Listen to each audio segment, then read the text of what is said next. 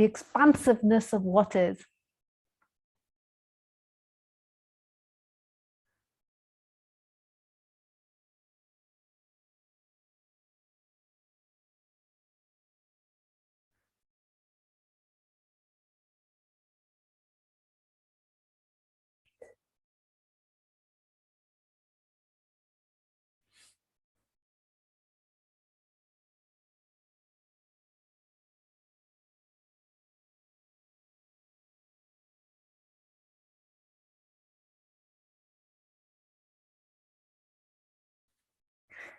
So the story goes that most people in society, although it feels so abstract to me now, believe that they are separate entities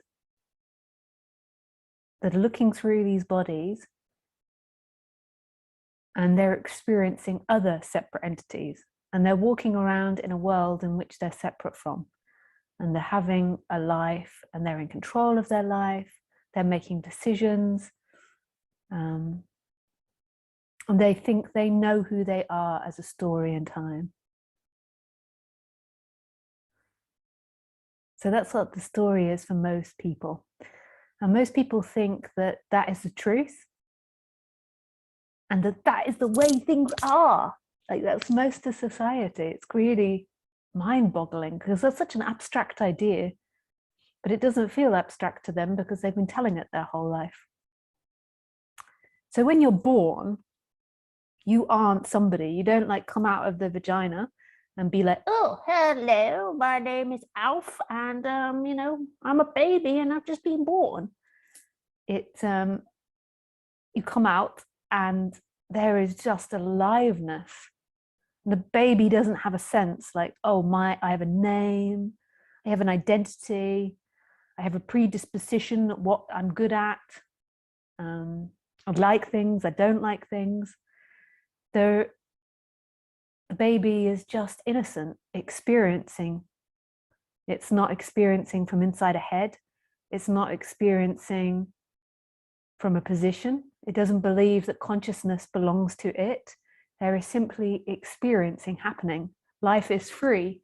So when it looks at the ceiling and when it looks at the hand, there is no difference. There is expansiveness, like pure expansiveness happening. This beingness, you could call it. So the consciousness doesn't belong to an entity. The consciousness is just free. The consciousness is in all things. And those things aren't separate. So it's not really like there is a consciousness as a position. That's the problem with the word consciousness, is it makes it sound like there is position or that there is a thing, that consciousness is a thing. But life is experiencing itself from everywhere. So the wall is watching, the space is watching, the sounds are hearing, the light is lighting, everything is being itself, experiencing itself. And the baby doesn't think, I am conscious, this is me. I am inside the brain, I am conscious. There is just happening. Yeah.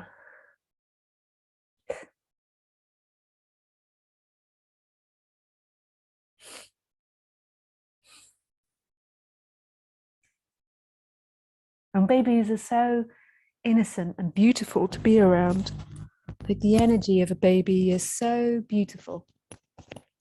Just so alive and fresh and free. So people love it, like looking into a baby's eye, because it's so just in awe of everything that's happening. And then as the baby gets older, it begins to get into the human hypnosis of I am a conscious entity moving through time. So it begins to forget it's everything watching. This is life experiencing itself. This is energy experiencing itself, and begins to think, I am a separate entity that is conscious. It doesn't like suddenly wake up one day and think that. It's like something gradual. It keeps being appointed in. You are Alf. You are Alf. You are Alf. You're bad boy. Good boy. Bad boy. Good boy. Bad boy. Good boy.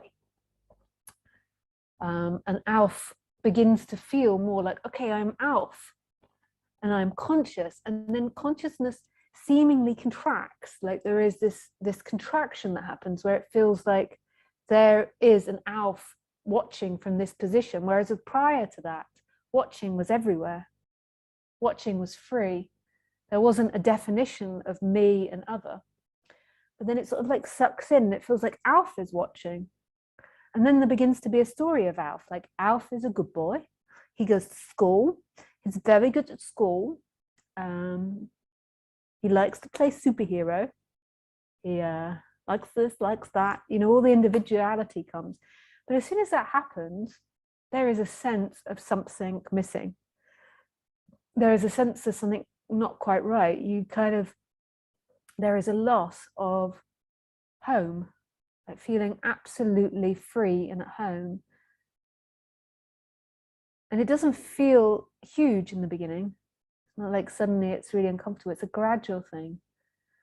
And the more that that home is lost, the more that the person begins to look for it in itself. So it begins to look for it in actions, in being a good boy, in being successful, in being nice, in being kind, in being right. All these different things, like, is home there? But it's not conscious of that. It's just this momentum. There is a knowing deep in everything of who they are and what this is. But then when that veil plays over, it's like there's a knowing, hang on, there's something not right here. Just like a bit like a dream at night when, you know, you're kind of like, oh, this is really random, what's happening? This isn't quite right, but you haven't quite worked out you're dreaming. You're kind of like, that's funny. There is lions flying like birds. Oh, and a plane just crashed right there. And the people are just walking off in flames and they're fine. They just got better. And then a few of them turned into phoenixes. And it's like that. It starts off small, but there is something missing here, because home, like this, everything is just so deeply relaxed in itself. It's home. It's completely content. It's got nowhere to go, nothing to get. It's love. But it's radical. Like, our essence is radical. It's uncompromising. It has no start, no end. It's this vast emptiness, and yet it's totally full. It's not something we can comprehend or grab or own or know. It's complete not knowing. So it's like, it's really not what's expected, but it's so at home. Doesn't want anything. Doesn't want anything, doesn't need anything. But the person is like, that, you know, it's like not quite right. And then years and years of being told that, of being educated into that. And then it begins to seek in pleasure, and believes that one day in pleasure I will arrive home. I will feel that deep sense of being, that rest. Like, when I do this, when I do that. And the same with avoiding pain. If I don't do that, I will arrive home, if that doesn't happen to me. And then there's all these other things that are happening, like our conditioning. Like, so the conditioning of the human plays a part. So you can get painful conditioning. Like, it looks like, I was listening to a talk yesterday, and I don't know how true this is, because the internet can say everything dependent on what you want. But it was talking about since 2012, there has been a big, since social media really took off and the iPhones and smartphones took off, there has been a big increase in child mental health crises, particularly with connected with being on social media. But statistics can say anything you want them to say, in a way, I've begun to realize. So there is this conditioning. I can understand, and they were saying in this talk, which was really fascinating, how what's beginning to happen in social media is it's beginning to activate areas in the brain, or it does activate areas in the brain of suspicion. And when you're a child, you want to be in the mode in your brain in the mode of discovery, of like, what is this? Wow, a discovery of friendship, of discovering life. But like intensive use of social media creates in the brain like an overactive sense of suspicion and sense of like not competitiveness, it didn't exactly say that, I can't remember exactly what it was, but it's this sense that the others are against you, so we can activate different areas in ourselves, and we have this predisposition towards war and competitiveness and fighting and tribalism, which can be good, but it kind of like social media over accesses that, and a lot of young children are spending a lot of time, like years and years, in that rather than in friendship and discovery. And they think this is creating a massive mental health crisis. But I don't know. Who knows? Yeah, so there are conditioning that can happen. So we all have our unique conditioning. You can have painful conditioning, and non-duality isn't talking about that as such. It does talk about conditioning and karma, but non-duality is really pointing to that which is experiencing the person. Like this belief that consciousness is contained in that person. So it's really pointing to a freedom beyond anything that happens in the personal world. So it's beyond the child growing that sense of competitiveness and distrust of other people.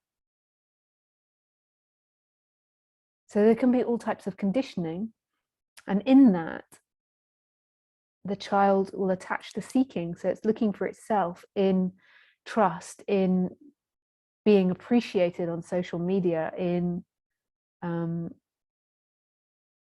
being recognized. And it won't be conscious of that, but it believes that that is where my freedom is. If I can get people to love me, if I can get enough likes, if I can get people to do this or do that, then I will be free. And if I don't, then I will be caged. And that's the lie. Your freedom is in what's experiencing. It's so simple, this. It's so simple. But yet it's so complex for the mind, because the mind is always in time. It's always in what can I get. So even in this, it feels like I can get something. I can be something. And in that being something, I will arrive home, which is not true. You won't arrive home in the human being something.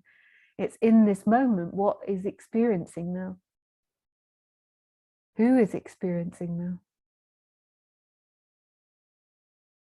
There's such immense freedom in that. Like there is nothing experiencing now. There isn't a self here. The experiencer goes on endlessly and is not contained. It's massive. It's so big, it's not finite or infinite. It's beyond that. So it feels like when you point this way, there is something solid in there, but there's nothing solid in there. There is immense space of who you are.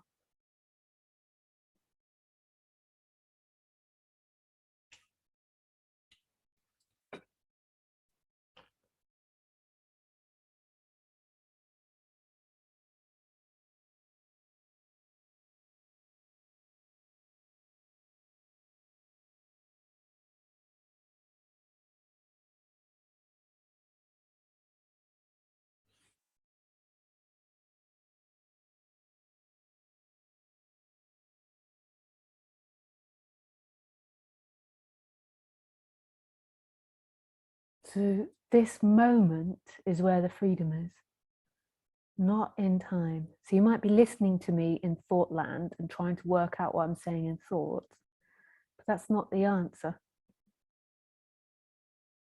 What is beyond thought now?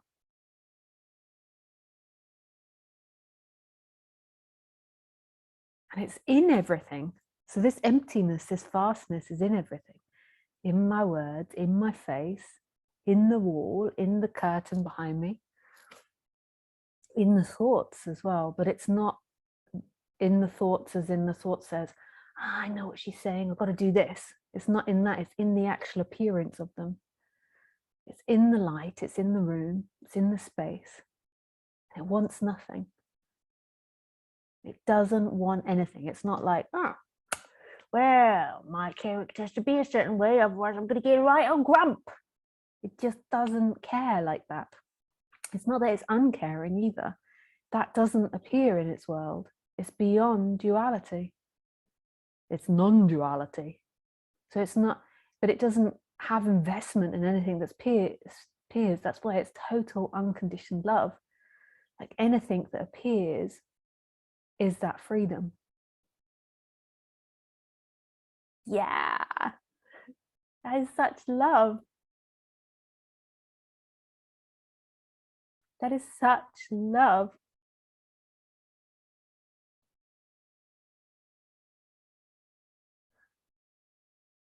Anything that appears is that freedom.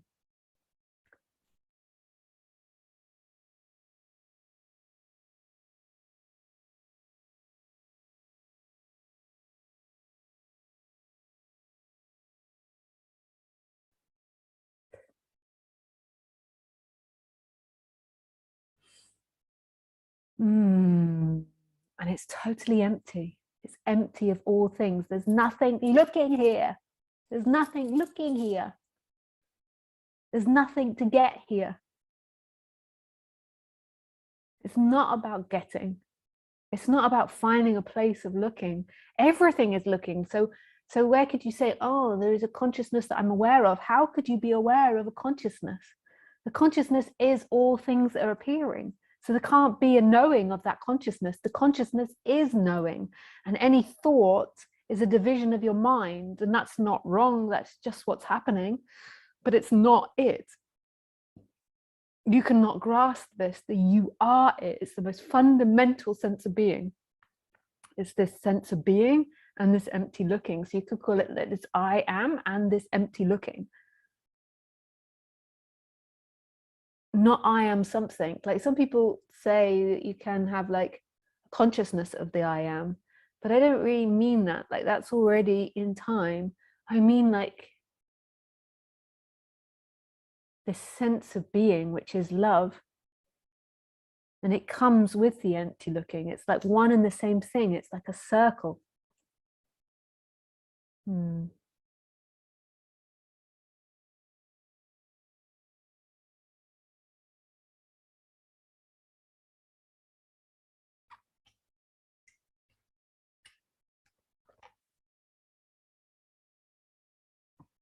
And you can't escape this. So the mind likes to think that it's lost it and it can get it, but you can't escape this. You are always that looking, no matter what happens in your life, no matter how hellish the experience feels, you can't escape this. And that doesn't judge you, no matter what you've done. There is no judgment. It's absolute love. Absolute love. It wants nothing. It tries to get nothing. It's simply love.